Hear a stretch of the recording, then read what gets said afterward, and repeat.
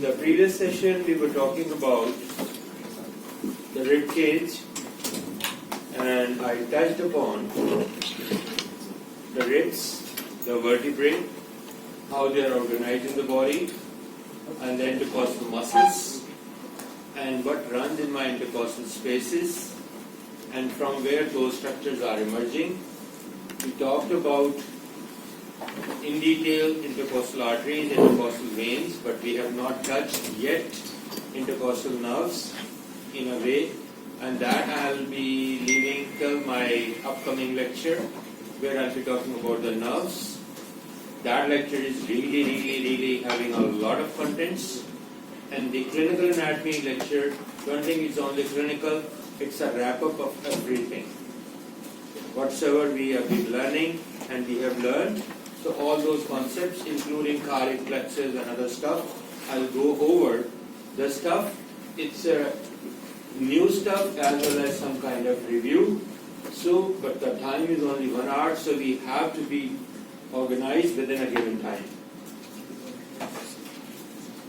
So now, in connection to our previous learning, today we talked about hemothorax, we talked about pneumothorax, and we talked about other conditions of the pleura where we have accumulation of maybe air or some kind of fluid.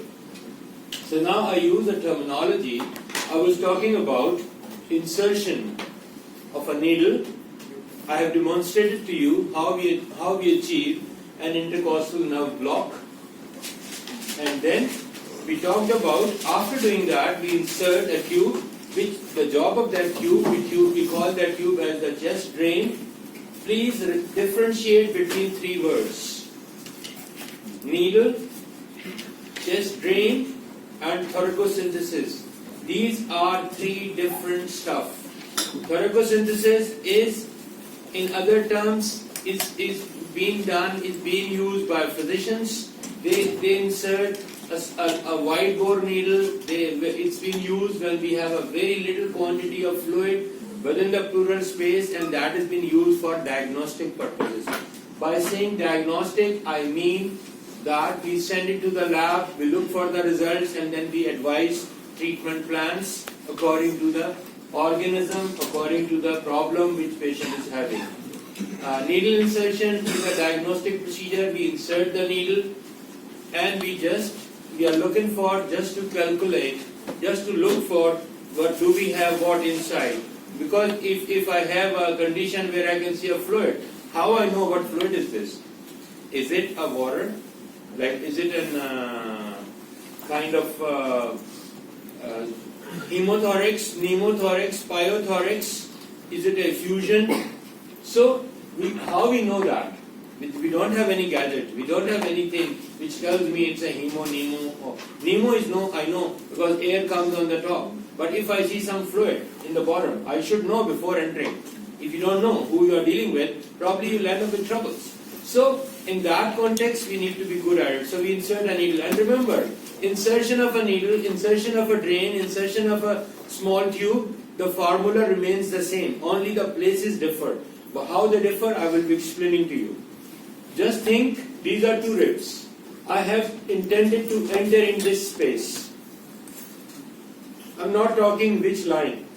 We should not forget 3 lines: mid-clavicular, mid-axillary, and mid-scapular. These 3 are very important lines, and we need to be very clear about them.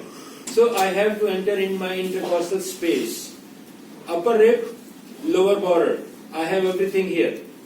Nerve, artery, vein. Vein is on top, then artery, then nerve. If I come from this place, if I enter from this place, for sure I will damage some of them. So, the better thing is, if I have to enter this space,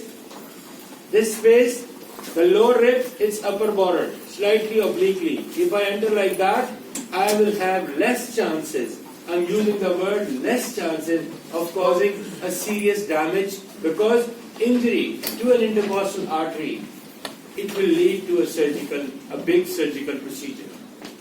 Don't think it's a small artery. When it bleeds like hell. So we have to be, the whole practice of medicine is been surrounding what? Is being surrounded by safety. If I'm not safe, What is the difference between a doctor and a butcher? A butcher knows better how and where to cut, but he don't know when to cut and when not to cut. Every person, oh, he has a cancer. Oh, come and I'll remove the cancer. No, that's not the way. You should know it, what type of cancer it is, where it is located. By removing this cancer part, will my patient have some benefit or no benefit? This patient needs a surgery or no surgery? Or does this patient need some chemotherapy or radiotherapy or what? Even if I do a surgery, after 1 month, I have to go again and again and again. That's not. A butcher knows only, okay, khalas, you go to a shop, he cut a meat for you, he make chops, very nice looking thing, and you come and you eat and you are happy. That's a different story. But a doctor, and the doctor a treating doctor I'm talking, that person knows when to intervene. So that's important. And if you are not safe in our procedures, because we don't, we are dealing with a living human. A living human, there is minimal chance of error. You does something, you had created a problem. A person comes to you with the smallest problem and you created a mega problem for him. Don't do it. If you don't know about anything, please learn one thing in your life. I'm saying for your lifetime, learn to say no. I don't know it. I need to practice. Don't become a hero. Be a hero if you're a really hero. Otherwise, stay relaxed, stay on the side. Your job is not to do everything. Know your limits. Stop at a place where you should stop. Anyway, that's a big story. I don't want to get into that. So now in that context, now I have brought a video clip for you. And in that video clip, it's a small demonstration how a chest tube is inserted. This chest tube is inserted. Before going to the procedure, let me explain to you. We use for chest tube insertion mid-axillary line, 5th, 6th or 7th intercostal space. And this tube is useful for both, for pneumothorax, for hemothorax, for pyothorax, for any kind of thorax, chylothorax. Why? It's a big tube. The problem is if someone has air accumulated, it's not a tube of your car where you just insert it and all the air will rush out. No. Lung takes time to regain its shape. We leave this tube in. We look for the progress in the patient. In some patient it takes a week. In some patient it takes a month. In few patients I have seen it takes more than 3-4 months. I remember after doing surgeries, even after doing everything, we have to wait and patient has to live for more than 3-4 months having a chest drains, chest tubes inside, and slowly the lung regain their shape. They reach to the full gaseous exchange and everything has been completed. So we don't have a timeline. The timeline comes according to the procedure, according to the disease process. So these tubes, now you might have a question, if your intention is drain and air, why are you using this space? Guys, if I put a drain from here, how you'll bring your arm down? How you'll abduct it? One. If I put it from the front, how you'll wear a dress? If your patient is a male, fine, leave him without a shirt. If it's a female, she can afford to live for 3 months without wearing a shirt or any undergarments? No. If you put from the back, how that person will sleep? So we should look for a place. We use a side and something little bit down below. 5th, 6th space is somewhere here near to your axilla, but under the axilla. So that's a more appropriate place. Person can sleep, person can walk, person can wear dress, person can go back and forth. And this tube is a rubber tube. It's very soft and its thickness is around the thickness of your thumb. There are various sizes available. Let's not go in those details. You are not residents of thoracic surgery. I'm not expecting you that much from you. It's just a video clip just to show you how in reality this is being done. So and if you have any question while you're watching it, please leave your comment with you and I'll be back to you with the answer. So this is the procedure. I don't need you.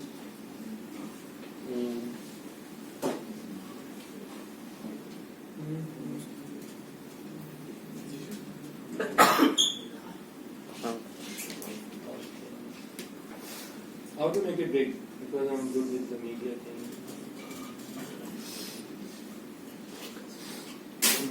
Recommended.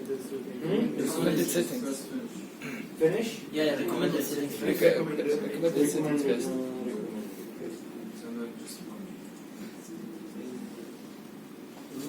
But I want to make it big.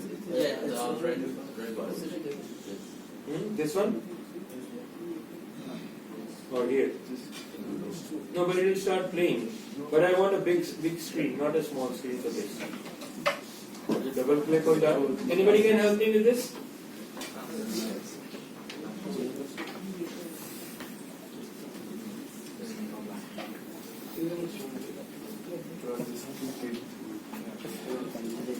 Just click on it. Click on it. Yeah. Double click where? First, the small box next to it.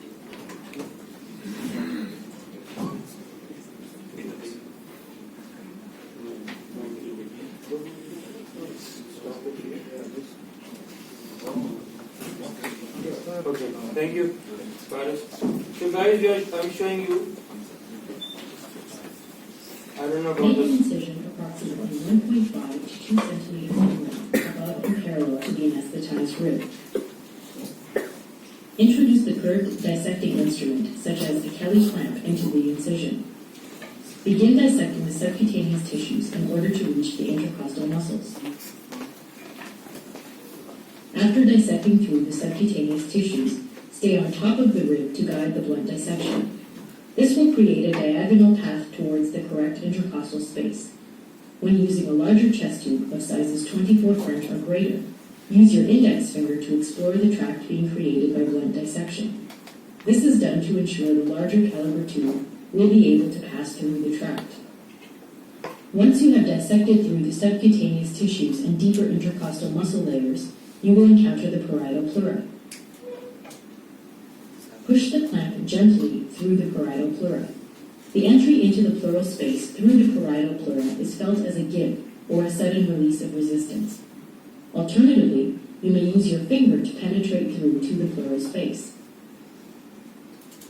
Once the pleural space is entered, use your index finger to ensure the lung is not adherent to the chest wall, which may impede passage of the tube into the pleural space. Often, pleural fluid will trickle out through the tract, further confirming entry into the pleural space. Pass the tube through the incision, unclamp the jaws of the Kelly, and then direct the tube through the tract slowly, using your finger as a guide. If the tube is meant to evacuate a pneumothorax, aim it apically towards the top of the lung. If the indication is to drain fluid, aim it basally towards the bottom of the lung. Make note of the depth the tube has passed by keeping track of the numerical markings on the side of the tube.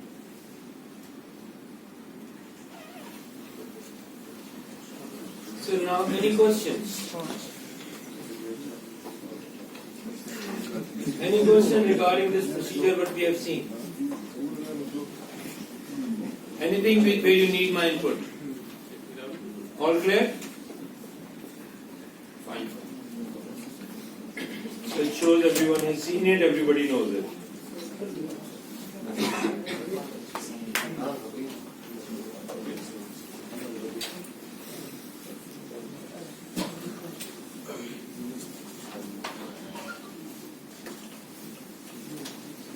So, I hope by now we know the ribs and the vertebrae, the sternum, the intercostal muscles. Now let's start the movement, but before knowing the movement, we need to know about joints.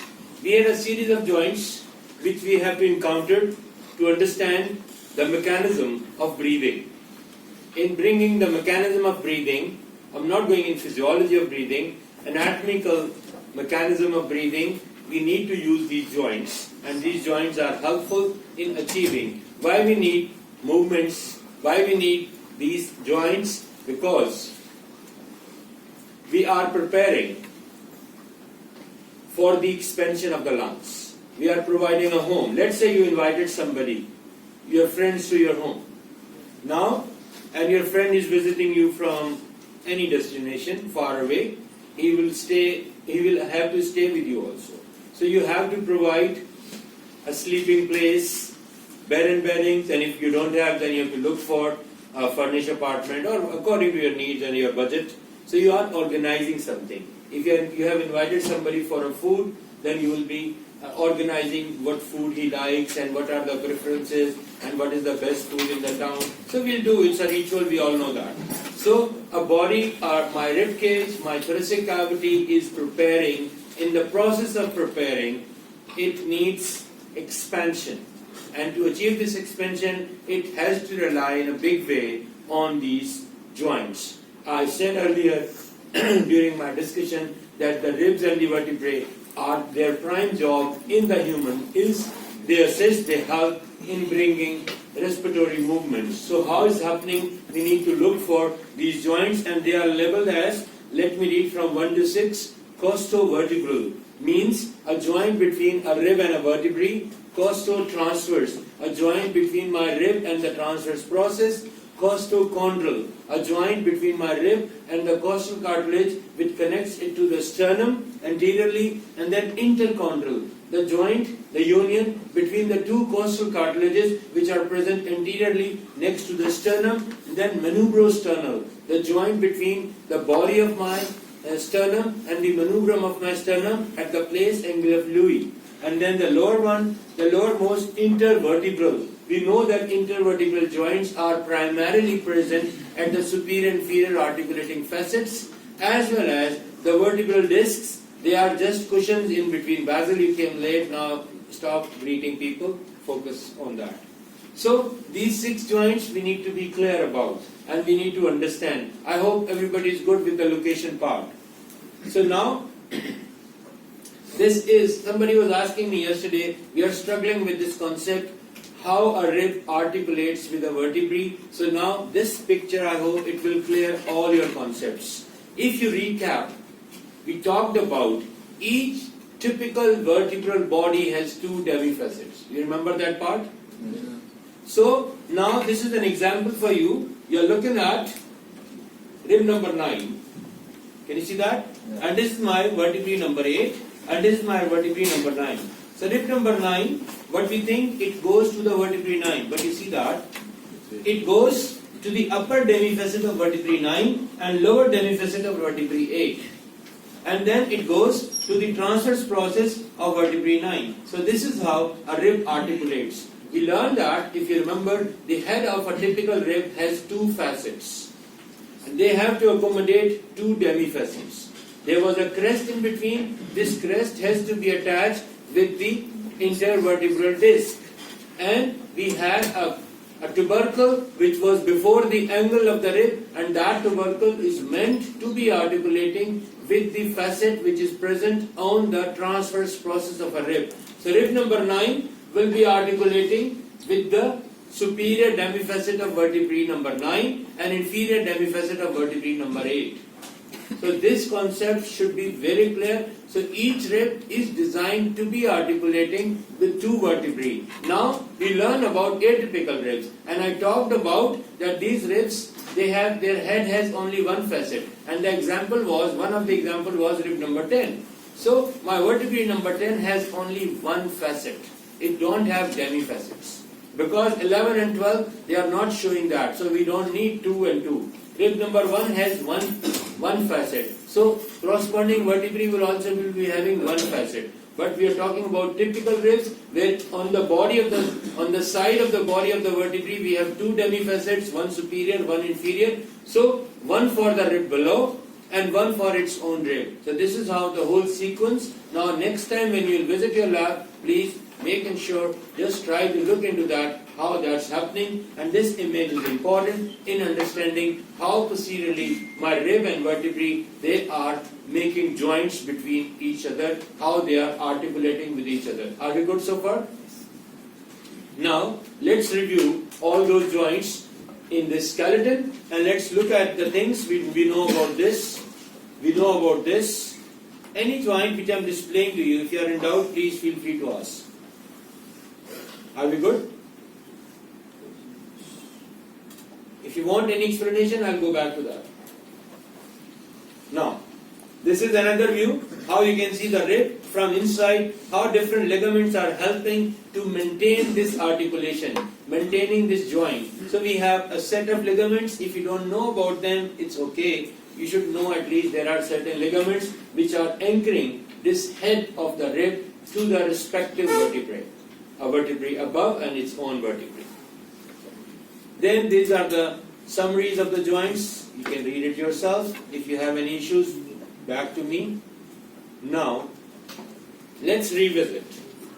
We talked about the muscles who are helpful in bringing these movements. Now we know about the joints, we know about the ribs, we know about the vertebrae. Now let's talk the muscles. And we have done this slide before. We talked about, we had a group of muscles. Now you are sitting, all of you are sitting and you are breathing. You have those muscles where nobody can see that, nobody can hear you breathing. But if you are running, and after running somebody go close to you, person can see that you are doing like that because you are coming after the distance. So you are not using your normal muscle of breathing, you are using your accessory muscles of breathing plus your normal muscle of breathing. So the muscle which we learn for the quiet respiratory movements, those were intercostal muscles and the diaphragm. I hope we are good with that concept. I need not to go into those details again. So these were the muscles which are useful for upbringing the quiet type of respiratory movements. So if I intend to have the forced inspiratory movements, so then I need more group of muscles, and these muscles are my splenias, and then I have sternocleidomastoid, pectoralis major, minor, and the abdominal muscle. By saying abdominal muscle, I'm saying here external oblique, internal oblique, and transversus abdominis. So they all are accessory muscle for respiratory movements. That's their additional job. They are not doing all the time, but when need arise, they are there to help us to carry over this type of super expansion. Why we need to expand? I'm recapping the concept again. We have to increase the rib cage, the internal capacity of the rib cage, because we are expecting more. We have to accommodate air inside. That's why the pleura is bigger than the lung. Because if pleura is smaller than the lung, where my lung can expand. So pleura is bigger than the lung, and then the rib cage will increase in all the dimension. What are the dimension? We have dimension anterior posterior. Look, if I have to increase this room, how I can increase this room? I can increase from back to front, then I have to increase from side to side, then I have to increase from floor to the roof. So we call this transverse dimension, anterior posterior dimension, and vertical dimension. So these three dimensions will be exactly used in upbringing the increase in size of the rib cage. So let's see how it happens. So now, this is a side view of a rib cage, and we are using different set of ribs, different set of muscles. They are responsible for upbringing these. But first of all, let's say you are given a task which weighs around, let's say you are having a capability of picking up 300 pounds. You can pick it out without any problem. If you are standing on a sand, on an uneven surface, can you try to do that? You are not standing on a smooth surface. Your feet are not stable. Can you lift up something heavy? No. Why? Because the base is not stable. So your base is not stable. There is a fair enough chance you will not achieve the task. Otherwise you can do it. Make sense? Guys, are you with me?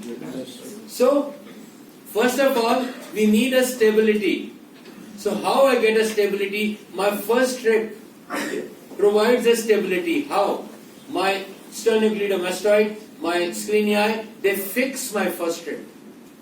My first rib is fixed, and on the basis of my first rib, my rib cage is being lifted, my rib cage is being broadened, my rib cage is being done. So my fixed point is my first rib. So first rib is not participating. So first rib is being fixed. So it's not moving. And then rest of the things are moving. That provides me an anchor. Let's say I have to put this multimedia thing. So I need to have a solid base on the wall, on the roof, so I can fix my fixture. You bring a big chandelier, you have to tug it to the roof, so you need a hook.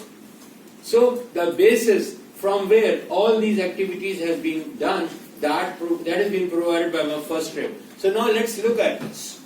How I increase the dimension of my rib cage in anterior posterior dimension. Just look at my slide, don't write it, don't do anything else. Just look at it. So now, this is the line, this green line, it cuts in a place, I call it upper part of my rib cage. And that is, and I can bring here an action which is called a pump handle type of action. I'm sure everybody knows what is a pump handle.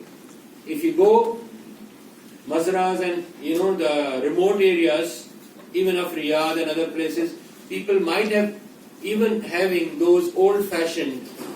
It's a solid thing which is being digged in the floor, and then there's a handle thing. You just do it, and water starts coming out from the tubing. So then you can get the water fresh from the soil. So this type of action will be done, and we'll achieve. How it's being done? Let's look at it.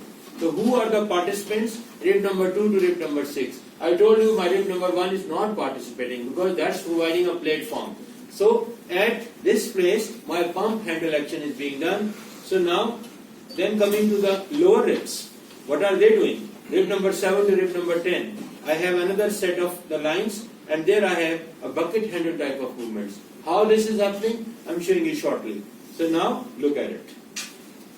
First, I'm using my rib number 2 to rib number 6. Now, this is my original picture.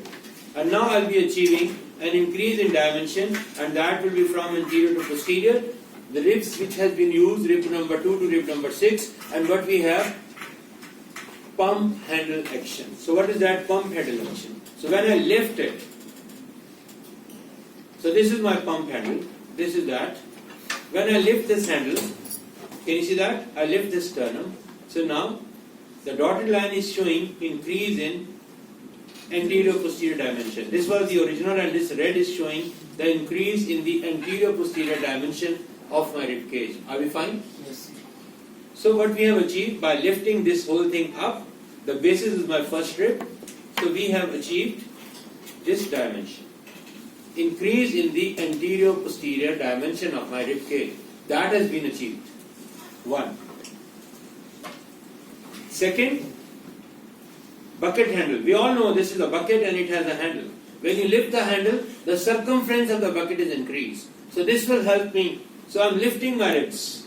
So I'm increasing the transverse dimension. So what I achieve this increase. So the dotted line is representing the further increase, like the bucket handle. When you lift it, so you achieve extra width. Your transverse dimension has increased. Yes, Basil? How is the first rib acting as an anchor for the bucket handle movements? Not for everything, but first rib. If your object is moving, can you achieve everything? First you have to fix your thing. Then you can bring on action. A gymnast, when he or she has to perform, they need a solid bar which is fixed. Then they can show you all the acrobats. If his platform is moving, can he perform something? So he need a solid bar, or he need a solid thing on the floor, on the basis of whom he can jump and respond and do everything. So it seems like acrobat. So now, by lifting this upwards, if my this is moving, what do you think? It will be stable? So we need a stable place to perform anything. You're diving. If your base is moving, can you dive? No matter whosoever is training you. So you need to fix your platform, then you can make a dive. Then you can perform everything. If your base is moving, you are short, you are done. You don't know what I'll do. So we achieve an increase in transverse dimension. Are we good so far? And who's helping? My lower ribs. Who are my lower ribs? My rib number 7 to below. And there is an increase in transverse dimension. So I'm increasing in anterior posterior dimension. I have increased in transverse dimension. Now the last part. Now I have to increase in vertical dimension. How I'll do that? So for vertical dimension, look at my diaphragm. And this diaphragm now, to achieve, so it is being lowered down. So this lowering down, that will help me to achieve what? To increase in this vertical dimension. So we have achieved anterior posterior increase, we have achieved transverse increase, and we have achieved a vertical increase. So by all means, my rib cage internal capacity has increased in all 3 dimensions. So now, when the rib cage has able to increase the space. Now it has provided a space for the lung to expand within its given pleural space. Are we fine? So lung is ready for inspiration. After achieving all these dimensions, the air will be sucked in. That will travel from my nose to the larynx, to the trachea, to the bronchi, and to the terminal bronchioles, to the alveoli. And this is a practice. On each exhalation, my lung is like a sponge. So a sponge, you don't need to. You can squeeze it, but it goes and it takes its shape back. So when my lung is full, automatically recoil is there, so everything goes back. When air is being pushed out, we don't need any pump, we don't need any power to suck this air out. It goes with the recoil of the tissue. Are we good, guys? Yes. So these are my respiratory movements. Let's summarize everything. So we are looking at, so we increase this, we increase this, and we have achieved all these things. First action, pump handle, rib number 2 to rib number 6. Second action, bucket handle, rib number 7 to lower ribs. And then the third action, the vertical dimension, and that is all depend on diaphragm. Never forget, 2 muscles in human body. If they are gone, the man is gone. What are these 2 muscles? Posterior cricoarytenoid and diaphragm. If these 2 muscles lost their function, they cannot perform, their nerve got damaged. So phrenic nerve and the other nerve is recurrent laryngeal nerve. If these 2 nerves have been damaged, now the time is for exit from the world. Not quickly, but in a short span. The person is gone. Are we clear? Yes. So these 2 muscles, and you have seen it. The diaphragm and posterior cricoarytenoid, what you have been taught in the larynx. You cannot afford to forget posterior cricoarytenoid muscle. You may forget anything else, but recurrent laryngeal nerve, posterior cricoarytenoid is a big thing, and never ignore them. Otherwise, you will not be able. If you see someone who has a problem with recurrent laryngeal nerve, who has a problem with posterior cricoarytenoid, someone has a problem with phrenic, someone has a problem with diaphragm, that person is on a serious note. One has to be in high consideration. It's a high alert kind of situation. Yes, sir. Which muscles help in increasing the transverse diameter? I'm not going into those details yet. Those are small things, but first people should understand the mechanism. Basically, we divide the muscles. I have provided you the list. We categorize them as such. The muscle who are used for inspiratory movement and muscle who are used for expiratory movement. Obviously, they all are assisting because they all are present in between that. So we have alternately arranged external and internal. Primarily, these 2 are the main muscle. Innermost layer is not complete. It is assisting in little bit actions. But the whole story is in between external and internal. Is that clear? Now, going further, we are good with this so far. Any question? Now, what's wrong with this study? Very, very. Anorexic, excellent. What else? Very, very. Muscle atrophy. Some atrophic disease, very good. And then look at his chest. In the status of emphysema, barrel-shaped chest. Smoker, emphysema. Obviously. And this is another thing, very important. Never forget, Horner syndrome. I talked about apices of my lung, if I have a growth. You look at this or you look at an X-ray image. A fibrosis-like thing. A growth in the apices of the lung. And here, the sympathetic chain has been involved. Person will present to you like that. We talked about Horner in MSK. We are talking here in more detail. Be careful. So, this is what happens. Nobody is asking you diagnose it as, oh, it's a Horner syndrome. You can simply say, in the given X-ray, I can see a growth, and what are the consequences? So, so many questions can be made and can be drawn from this. This is an important concept, and people are expected to be good. So now, what is that? Scoliosis, and you can see the lordosis, and in so many situations where we have deviation, and this involves, you might have seen these people. If not, in your normal life, you will see them maybe sometime, somewhere in your practice. Okay, now what are you looking at? I know it's an X-ray, it's not a CT scan. Guys, I think we forgot the ground rules. If you know the answer, raise your hand, I'll be back to you. Rather than making it a fish market, what's the benefit? So I like who should be answering. Gentlemen, you are busy with your gadget from the morning. Can you tell me? No, not you. Yes, he knows. No. I know who. I'm asking this guy in the black jacket, black hoodie. I need to hear your voice because I know you are awake and everything. Yes, I know you are awake because you're playing your mobile since morning. So you're thinking the shadow of the heart is increased. Somebody raised a hand here in the middle of the thing. Yasser, why you are hiding? Tell me. Cardiomegaly. Okay. So I'm getting Salman. Pleural effusion. Pleural effusion. And Hamza. There's white patches next to the sternum, the left and right. So he's thinking some of these, you're talking about these patches. Yeah. These are highlight shadows. Okay, who else? Yes? I think the left constitumic angle is down. There is a Very good. Give a big hand to him. Salman answer was also right. Salman also gave the right answer. He said pleural effusion. So, but he gave the precise answer what was needed. You gave the diagnosis. He gave the anatomical mechanism. So, if you compare this X-ray, you can see on this side there is this notch, and on this side there is no notch. So there is some fluid. I don't know it's hemothorax. So I don't know it's a pleural effusion or it's a hemothorax. I don't know it's a chylothorax, but it's for sure it's not pneumothorax. So there is a kind of a fluid, and that fluid, if a patient has a small quantity of fluid, when this patient is standing and you take an X-ray image, and if you see this angle is not there, the acuteness is gone, it becomes obtuse. Means there is something.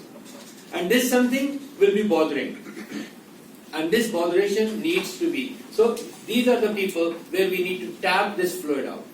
If they are not responding to your normal treatment pattern. Let's say someone has severe cough. He came to you, or before coming to you, he took all Panadol and some kind of antibiotic. He visited nearby doctor and he gave him blah blah blah. But patient is not recovering. He's back to, you are sitting in a let's say you are sitting in Salman Habib. So you are a pulmonologist there. He has come to you, doctor, I have been to 3-4 polyclinics and this and that, this Mustosaf and blah blah things. But I'm not getting better. I'm getting worse and worse and worse. So now you've been as a pulmonologist.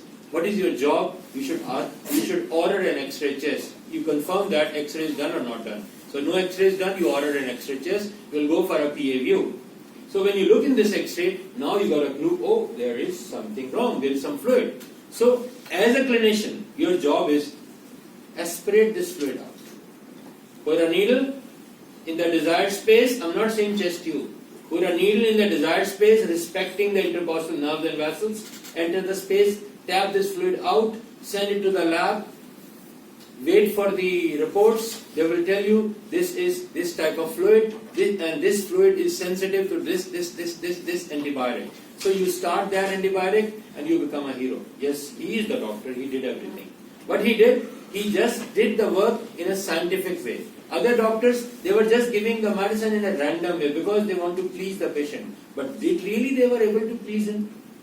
He said, oh, they are not useful, they are just trash, they are not doing something. Because I went to this doctor, oh yes, he charged more money, I'm happy to pay him, and even he will bring some good gift for you also maybe.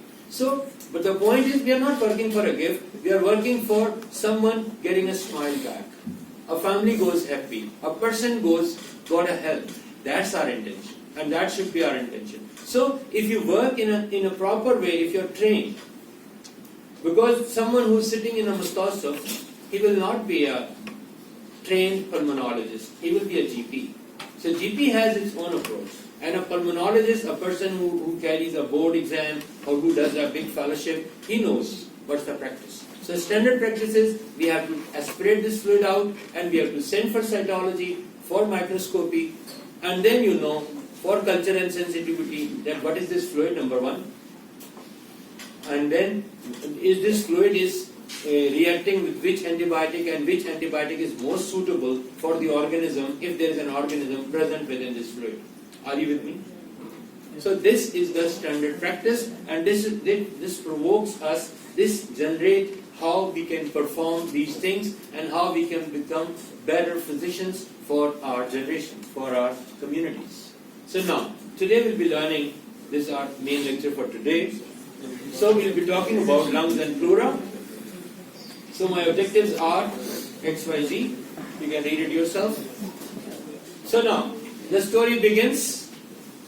The previous thing what I was saying, it was connected to my previous lecture. And I don't know what went wrong. With the girls, I was able to finish in time. Yesterday, I was able to finish this lecture around 30 minutes before. So, I think with the boys, I'll do much faster than those. So, my intention is not to keep you busy all the day. My intention is you should understand. And when you understand, fine, we are done. So we are good with this concept. We touch this concept in the peritoneum. We touch the same concept in the pericardium. I'm just revisiting it. For the pleura, we always start the story from a balloon. Balloon has been given two colors, red and blue. Why we use it? I'm bringing my fist. I'm inserting in this balloon. And by doing that, I'm achieving something. And what I have achieved, so you can see that the red color is surrounding my fist. And the blue is in the side. Let's label it. So now we can see that this red is called visceral pleura, this blue is called parietal pleura, and in between this red and blue is the pleural cavity, pleural space, and this pleural space is the one where we have this fluid, this air or whatnot, not in the lungs, please. Now, after that what happens, this is the final picture, my lung is there, and then it's been surrounded by the visceral pleura, it's been surrounded by the parietal pleura, and then this is the intercostal space. Let's label it fast. Now guys, this place, we call it hilum of the lung. We'll use two terms, hilum of the lung and root of the lung. So what's the difference between hilum of the lung and root of the lung? Hilum is the door, gateway. If I have to go to the lung, I have to pass through the hilum. And I'm passing through, I'm the root. I'm the tubes, I'm the connections for this lung. So those structures who are entering or leaving the lung, they are called the root of the lung. And those who are from where they are entering, that place is called hilum of the lung. So you should understand these two differences, this hilum and the root. Are we clear? Yes. Hilum is the doorway, gateway. And then this is my skin and down is my diaphragm. So this is how my lung is being organized in my rib cage. Any issues so far? Now, let's look at a lung. Lung is like a pyramid. Anybody here sitting here don't know about pyramid? Visit Egypt during holidays, you can see a pyramid. Figure out yourself. It's something like a cone with an apex, with a base and surface. So let's label it. It has a base. Why I call it a base? Because it's flat. Why it is flat? Because my lung is sitting on the diaphragm. So it takes the shape of a diaphragm. It's flat surface.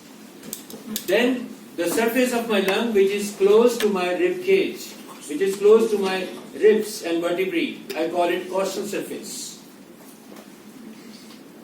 So I can use other terminologies, anterior, lateral, posterior, but I think it's much easier, costal, diaphragmatic. And then this one, which is white yet, but I have to color it green, and that I call it mediastinal surface. This is how the two lungs look at each other. And we call mediastinum the space between the two lungs. Heart is in between, so we have anterior, middle and posterior. Are we good so far? So we have mediastinal surface. Now borders, we have a sharp anterior border. Why it's sharp? Because it's going flat on the heart. And the posterior border is rounded. Why it's rounded? Because it has to accommodate into the costo-vertebral angle. It is rounded. If you are in doubt, go and look into, touch a skeleton, and you can see that from the vertebrae where the ribs are, it goes like that. The space is like that. So lung fits in that. So this border is rounded. So posterior border is rounded, anterior border is sharp, and inferior border is also sharp. I hope we are clear. We have spent time on these things. I don't need, you have taken so many sessions on this. So we have, what is this now? The hilum. The hilum. Perfect. Excellent. And these are the things which are entering or leaving, they call root, and this is the upper conical part of the lung, we call it apex. So a lung has an apex and a base, a costal surface, a mediastinal surface, and a diaphragmatic surface, an anterior border, a posterior border, and an inferior border. So these are the whole outlining of a human lung. That's the any issue? So now, on the lung surface, we see these fissures. And because of these fissures, we say the lung has 2 lobes and 3 lobes. So we say in the left lung we have one fissure which is oblique, and that divides my lung into 2. And on the right side, I'm showing an example of right lung here, so I'll be showing you 2 fissures. One was oblique, which is going all the way, and one is going transverse. So that makes my 3 lobes of the lung, superior, middle, and inferior lobe. Any issue? Perfect.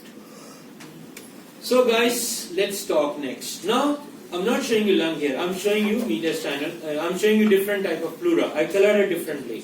So the pleura which lines my costal surface of my rib cage, it's been colored green. We call it costal pleura.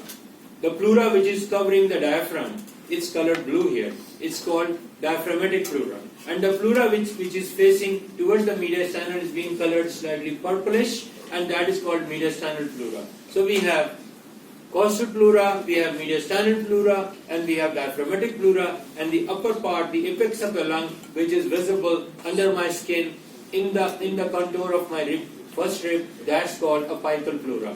The pleura who covers it, the apical